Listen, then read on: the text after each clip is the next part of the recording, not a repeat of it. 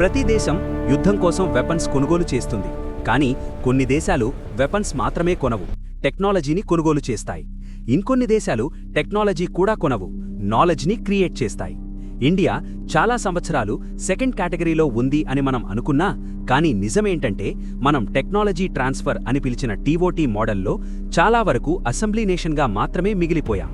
Cold war తర్వాత India ర్యాపిడ్గా defence modernisation start చేసింది. Aircraft, submarines, tanks అన్నీ ఫారెన్ పార్ట్నర్స్తో టీఓటీ అగ్రిమెంట్స్తో తీసుకున్నాం. పేపర్ మీద చూస్తే టీఓటీ అంటే టెక్నాలజీ ట్రాన్స్ఫర్, కానీ బ్యాటిల్ ఫీల్డ్ మీద చూస్తే అది చాలాసార్లు టూల్ ట్రాన్స్ఫర్ మాత్రమే అయ్యింది.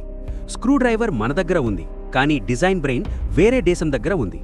ఎగ్జాంపుల్గా సబ్మెరీన్స్ తీసుకుంటే కొరియా KSS ప్రోగ్రాంలో జర్మనీ టెక్నాలజీని తీసుకొని ఇయర్స్లో రివర్స్ ఇంజనీర్ చేసి ఇప్పుడు తన సొంత సబ్మెరీన్స్ డిజైన్ చేస్తోంది.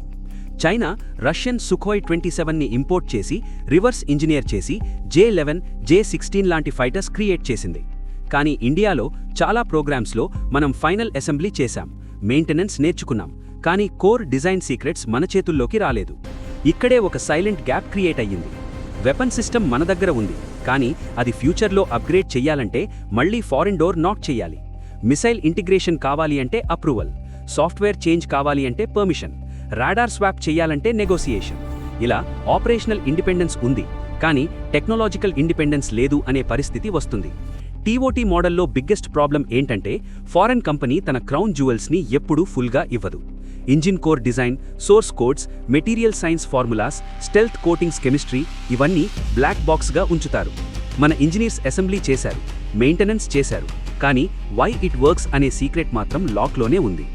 దీనివల్ల లాంగ్ టర్మ్లో మనకి 2 నష్టాలు జరిగాయి. మొదటిది, ఇన్నోవేషన్ స్లో అయ్యింది, ఎందుకంటే బేస్ డిజైన్ మన చేతుల్లో లేదు.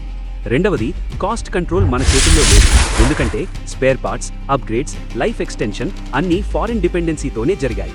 కానీ ఇప్పుడు సినారియో మారుతోంది.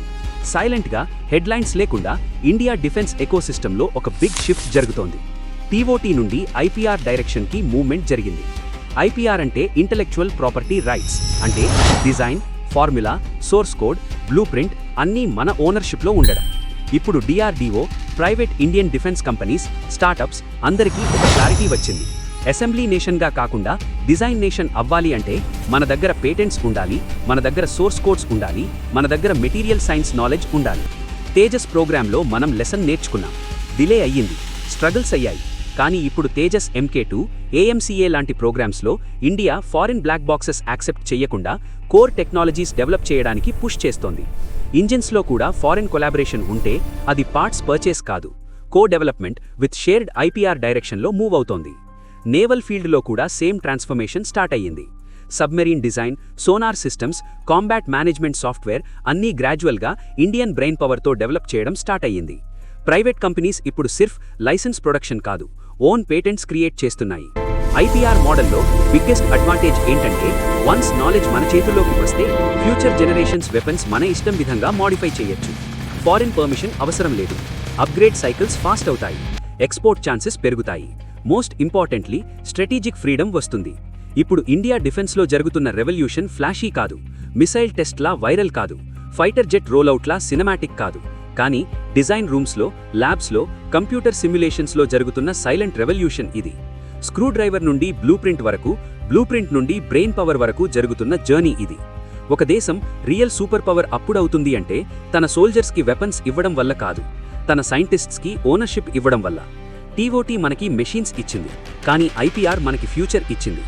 ఇండియా ఇప్పుడు వెపన్స్ కొనుగోలు చేయడం నుండి నాలెడ్జ్ క్రియేట్ చేయడం డైరెక్షన్లో మార్చ్ అవుతోంది. ఇది స్లో ప్రాసెస్, కానీ వన్స్ కంప్లీట్ అయితే ఫ్యూచర్ వార్స్లో ఇండియా కేవలం బ్యాటిల్ ఫీల్డ్లో కాకుండా టెక్నాలజీ బ్యాటిల్ ఫీల్డ్లో కూడా ఇండిపెండెంట్గా నిలబడగలదు. ఇలాంటి హిడెన్ డిఫెన్స్ రెవల్యూషన్స్ గురించి ఇంకా తెలుసుకోవాలి అంటే సర్ఫేస్లో కనిపించే హెడ్లైన్స్ కాకుండా లోపల జరుగుతున్న రియల్ పవర్ స్టోరీస్ మిస్ అవ్వకుండా ఉండాలి అంటే ఛానల్ని సబ్స్క్రైబ్ చేయండి.